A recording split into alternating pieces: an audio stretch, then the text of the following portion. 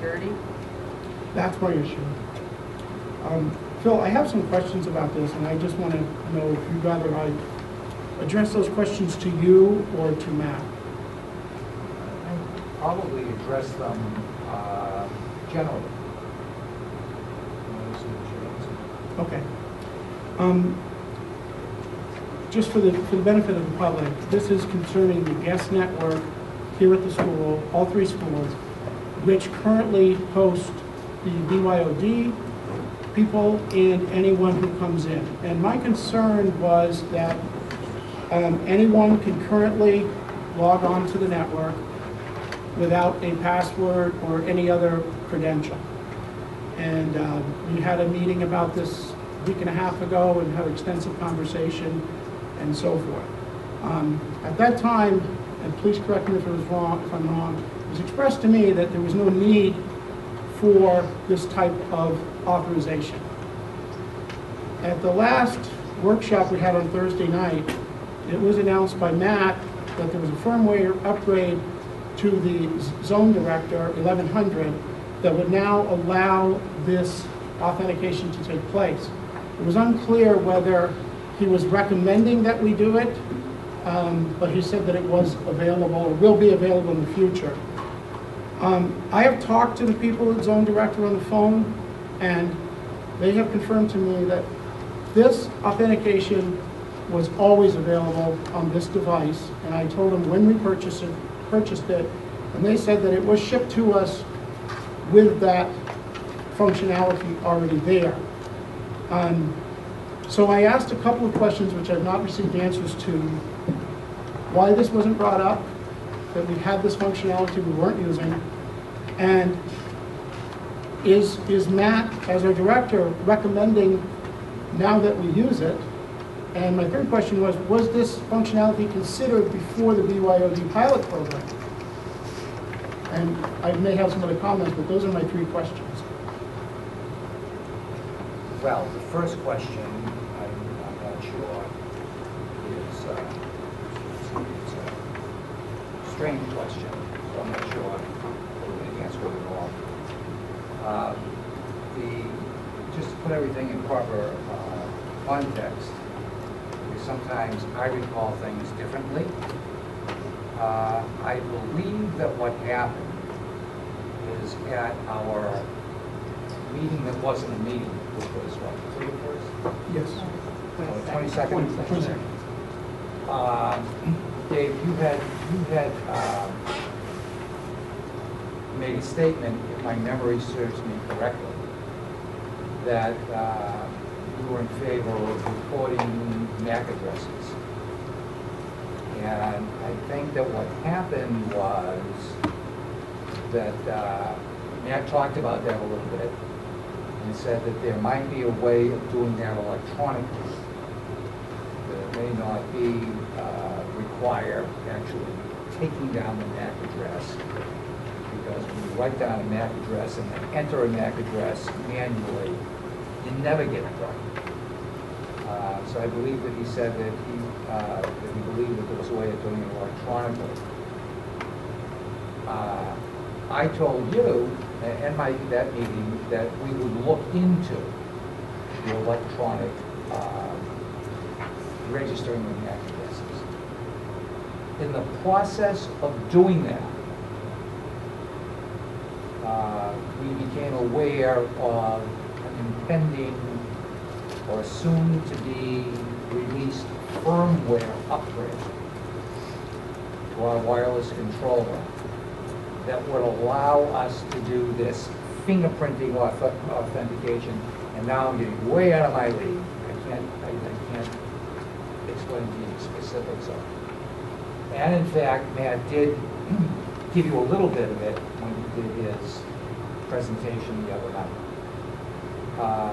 It would be my decision, not Matt's, that we would use the firmware update. If I can comment, because I would like to correct one thing. We did extensively talk about MAC registration, but at the end of that meeting, I said, could someone tell me how we can get from where we are to where I want to be?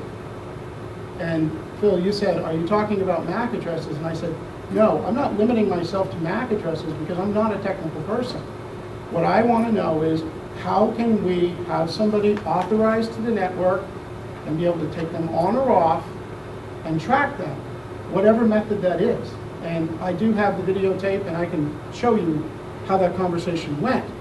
I have never, and I'm not in a position to say that MAC address is better than what we have on there. So my point is, was Matt unaware that we had this capability all along, or did he not bring it forward? What, because now I'm getting, Okay, I will be glad to What? explain. Okay. The Ruckus Zone Director 1100 ships with what's called a pre-secured key. And you can read about this on their website. I confirmed it. I confirmed it with their sales rep that it was there at the time we bought them. And my understanding of that is, person brings a device in, the administrator logs them into a website, takes down any information they want to know about that person, then that computer sends a key to that device, and the next time that person comes in, the system recognizes the key, looks it up, and says, I know who this is because I read their key. And talking to the person on the phone, he said that they felt that this was a very secure method of doing things. And my question is, why wasn't this level of security considered before BYOD, and were we aware of it? Let me clear up. Am I okay, Phil, to share? yeah, I mean, because Okay. part of it's legitimate. I think there's some confusion. What you're talking about, this pre-shared keys, is we are running on our Hooksett Wireless. You can assign different types of encryption per wireless SSID, basically. So we have a guest network and we have a Hooksett network. We actually do use the pre-shared key type of encryption on our Hooksett Wireless. And the reason we do that is because you're talking first about encryption, and then you're talking about access and authentication.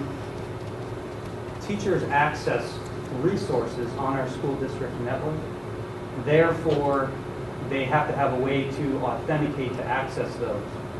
The BYOD program, because they're off of our internal network, we don't use the pre-shared key. It's just a type of authentication, or I'm sorry, a type of encryption that allows you to access the network. If they're not accessing any resources like printing or file shares, there's really no reason to use that. The other issue did they share, David, with you anything about VLANs or bring that up in the conversation? That has to be done per VLAN on the network? No, if I can explain, it was described to me. No, I just wanted to know the answer. If they, No, well, I would like to just explain it. It was no, it's okay. Did they share anything about VLANs? Well, I'm not going to answer that. Okay, then let me explain that to you. Because what happens on the network is there's VLANs. And in order to do what they're talking about, you have to have VLANs created on your network. The Hooksett School District Network currently does not have a VLAN infrastructure.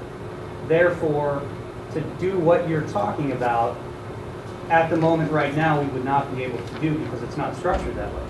And it can be done, and if that's something that in the future we look at doing, absolutely. But the idea, and I think it gets a little confusing when you're talking about the difference between encryption, authorization, and authentication. They're very different things, and it can get confusing. So I understand why it might be a little confusing to you.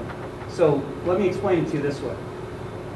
Just because something comes shipped to you and you take it out of the box does not mean that you can do everything it's capable of doing.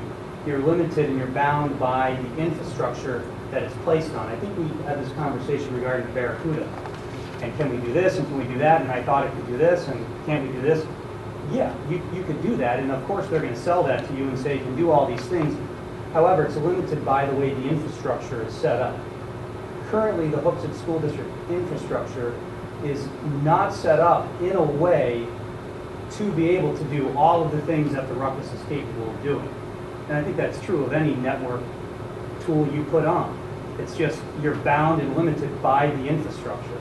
Now you can always make adjustments to that, we could change and create VLANs, and we could put the students on that VLAN and do things of that nature, and absolutely, but we're limited and bound by that infrastructure. In some ways, it's sort of like putting a Ferrari on a road where the speed limit is 25 miles an hour. I mean, you know, that Ferrari can do, what, 120, but it's sort of limited by the speed limit and the road that it's on. This is the network that we, I don't know if that helps. Does that help? not particularly. Okay. This is the network. So what that- didn't I answer, just so I know? Matt, can I please speak? No, I want to know what didn't I answer to help, because I want to clarify, because I think I Okay. answered 5 emails, I talked about it at our 522 meeting, I shared it at the last meeting. Please let me know how else I can help you understand. Yes, yes, you certainly Thank can. you. Why in our hour and a half discussion about all the possible things that could be done on this network to make it more secure Which hour and a half discussion? on the 22nd? Because we've had a lot. There's been a lot of emails, there's been a lot of discussions. I've gotten hammered with them, so please help me understand. You've got to be very specific about which conversation. At 5:20, on 5:22, we sat right over there and we had 1 hour The and a half non-meeting conversation. meeting, yes. Okay? We discussed many different options, from using a user password and a sign-in to MAC addresses, and all of these options. Right. And this was never brought up, A pre-shared key? that, yes, Because it's a method of encryption. There's many different types of methods of encryption. Using a PSK is not going to achieve what you're looking to achieve. Now, the Yeah. salesman may have told you that on the phone. However, in this environment, what you are asking for, using a PSK encryption method, will not achieve what you want to achieve. What I shared the other night will achieve what you're looking for. And it's actually called, it's a totally different way of doing it. It's called the zero IT configuration. And that's what my recommendation would be that we use, not a PSK. The zero IT configuration allows us to push it out electronically. I don't have to touch devices. So it's a completely different way of doing it, much better and more efficient. Matt, you can go to the website and you can read it, and I doubt that this website is producing stuff that's inaccurate, and if it is, we shouldn't be buying equipment from them. They claim on their website that with the PSK, you can authenticate and authorize. You can individually set parameters for each person and With identify VLANs. them on your network. With VLANs in your environment, which we don't have. All right. Okay. My point is, in all of the conversations we had, Mm-hmm. this was never brought up. We were talking about MAC addresses, Right. which was a very seemingly difficult thing, according to you, but we never discussed this. And this is Discuss what? discussed the Encryption? PS key. No, we didn't talk about Right. encryption, but we And when can I talked to, definitely- the representative, he Yeah. asked me, well, why wouldn't you have this? Why would you run it in open network? And I can tell you, I've also found out some things that I won't share at this meeting about why you shouldn't run an open network, whether it's BYOD or it's your house, because they are very vulnerable to intruders. Oh, I And know. simple We've seen this a encryption- lot. Simple, I know. please let me finish. Simple Yeah. encryption, like a PS key, is not at the level of a bank or something like that, but at a level of a school, going from nothing to being able to identify people, what their role on the network is, and so forth, should certainly have been considered before we opened up BYOD. I was asked a question, several emails, I answered it 3 different ways, so let me try to answer it again. The question was, can we identify users on the network? And the answer to that is still yes. It was yes a month ago. It was yes a few weeks ago, and the answer is still yes today. And it was no before that, Matt. It- Let's be fair. It was? You want to go back to the meeting? Hey, If user, If You you wanna don't watch- mind, we're getting into a he said, she said, and absolutely.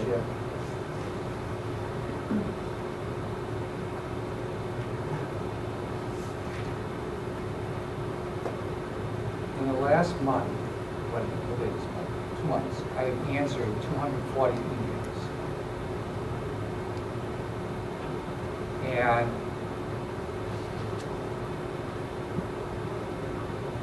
what's happened is the question like changes just a smidgen every time. right. He's done answering.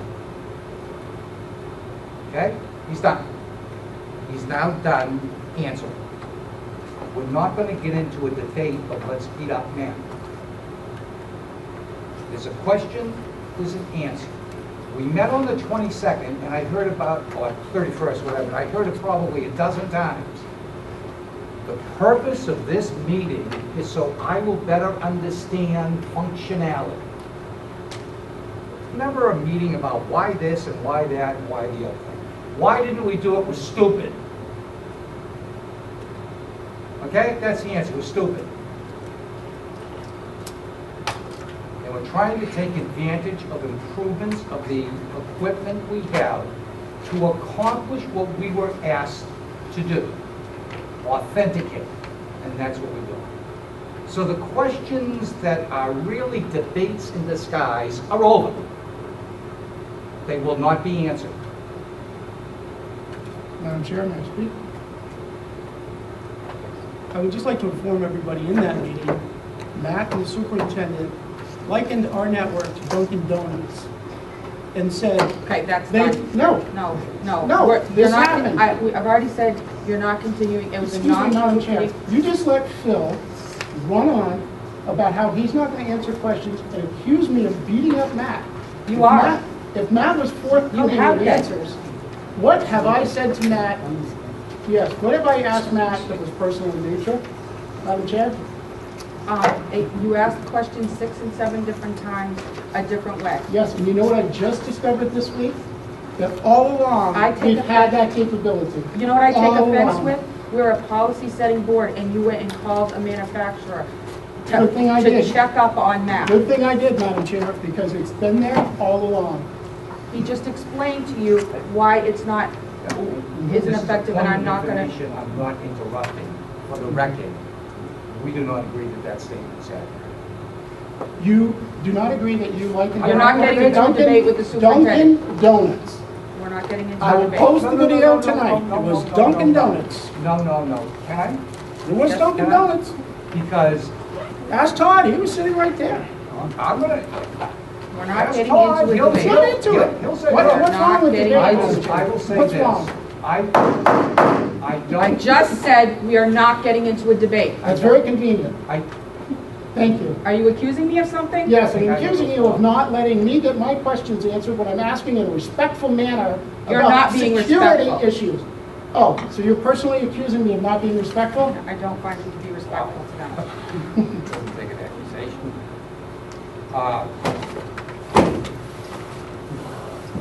Phil, I object to the way that you're acting as our administrator. And I was going to walk out of here, but you know what? I'm smarter than that, and I'm not going to. And, Yeah, let's move on, Madam Chair, because I don't want to listen to Phil talk about this either. but Let's go. you don't have. No! Gavel him. I Gavel him. I thought I had the floor. You do. I had the floor and I got gaveled. Please gavel him. I'm not down with the superintendent. Thought it was Phil. He's not a member of the school board. Say that you're liking it to Dunkin' Donuts. You did, Phil. And But did- I can't talk about that, but you can. I object, Madam Chair. Objections so noted. So you're going to let him talk about Dunkin' Donuts, and you're not going to let me talk about No, it? neither of you are talking about We Dunkin' just talked Donuts. about it. I didn't even have Dunkin' He Donuts. didn't bring up Dunkin' Donuts. We're not discussing Dunkin' Maybe we Donuts. need to get some microphones so that we can hear what's going on. That I'm was frustrated. uncalled for. I'm frustrated having to look through this whole issue and find out that we have no security on our network and it was there all the time. I rest my case. Thank you, we can move on.